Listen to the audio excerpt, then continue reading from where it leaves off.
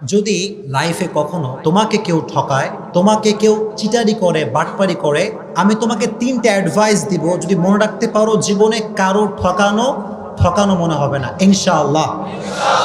যদি লাইফে একদম আমার চোখে চোখ রাখো যুবকরা, যদি তোমার গার্লফ্রেন্ডও ঠকায়, তোমার বন্ধু ঠকায়, যেই ঠকাক না কেন, 3টা অ্যাডভাইস মনে রাখবা। যদি বলো কয়টা অ্যাডভাইস?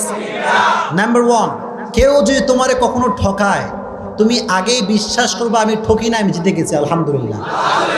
কারণ মানুষ যে মানুষকে ঠকায়, এর সবচেয়ে বড় মাধ্যম হচ্ছে মিথ্যে কথা, মিথ্যে আশ্বাস, মিথ্যে ছলনাময়ী ভালোবাসা।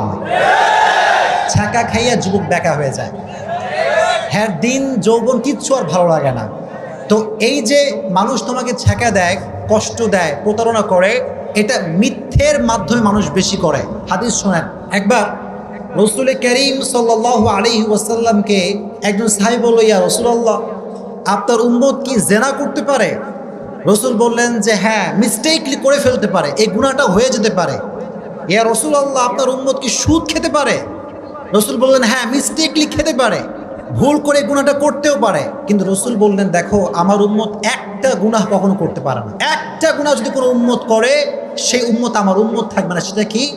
যে উম্মত মিথ্যে বলবে, সে উম্মত আমার উম্মত হতে পারে না। ঠিক কিনা বলেন?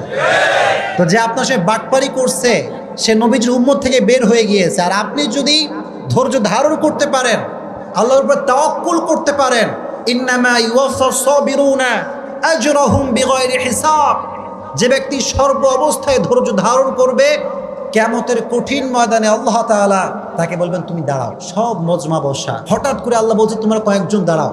তারা ভয় পেয়ে যাবে, আল্লাহ আমাদেরকে সবার মাঝে এক্সেপশনাল কেন তারা করাচ্ছে? আল্লাহ বলবে তোমরা যদি ধৈর্য ধারণ করেছো, আজকে বিনা হিসেবে জান্নাত চলে যাবে। এত আস্তে সুবহানাল্লাহ পড়ে কেন রে? আর একটু জোরে পড়েন সুবহানাল্লাহ। তাহলে কেউ আপনার ঠকাইলে আপনি ঠকছেন না জিতছেন? Number 1 advice. নাম্বার 2 অ্যাডভাইস হচ্ছে, যখনই ঠকবেন, কষ্ট পাবেন, আগেই পড়বেন আলহামদুলিল্লাহ। এত আস্তে কেন? জোরে পড়েন আলহামদুলিল্লাহ।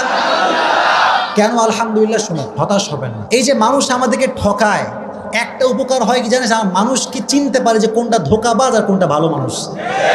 এটা জীবনকে আরো সামনে এগিয়ে দেয়। एंड यू नो, जिंदगी में कभी कभी आगे बढ़ने के लिए एक कदम पीछे भी जाना पड़ता है।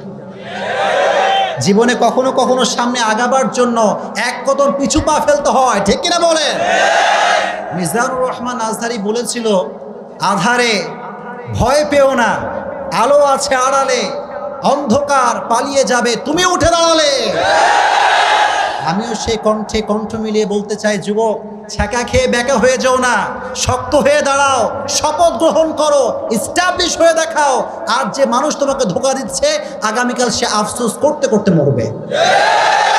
এই জন্য যখন কেউ চিট করবে, পড়বা আলহামদুলিল্লাহ, পারা যাবে ইনশাআল্লাহ। অ্যান্ড লাস্ট অ্যাডভাইস, এটা বলে আমি আলোচনায় ফিরে যাব ইনশাআল্লাহ। যদি কখনো তোমাকে কেউ ঠকায়, মনে রাখবা যে মানুষকে ঠকায়, সে তার লাইফে সুখ খুঁজে পায় না। ঠিক না? অনেকে বলে হুজুর, যে ঠকায় সে খুব ভালো থাকে, হুজুর বিন্দাস ঘুরে বেড়াচ্ছে, কোনো টেনশন নাই। আরে ভাই, he has N piece of mind, he has N piece of heart. মানুষকে যখন মানুষ কষ্ট দেয়, আল্লাহ তার মানুষের মনের যে প্রশান্তিটা কেড়ে ফেলে। এই জন্য যে আপনাকে কষ্ট দিচ্ছে, সে আসলে জিতে নাই, সে হেরে গেছে। জিতছে না হারছে? এই জন্য সবসময় যত দুঃখ আসুক, যত কষ্ট আসুক, সবসময় পড়বেন আলহামদুলিল্লাহ। কুমিল্লা মানুষের মরা কেন তুমি বুঝলাম না? পড়েন না আলহামদুলিল্লাহ। তুমি যদি বিশ্বাস এবং ভরসা আল্লাহর উপরে করতে পারো, অচিরেই তোমার রব তোমাকে এমন কিছু দিবে, তোমার জীবনের সমস্ত দুঃখ কষ্ট আল্লাহ তাআলা দূর করে দিবে। সুবহানাল্লাহ পড়েন।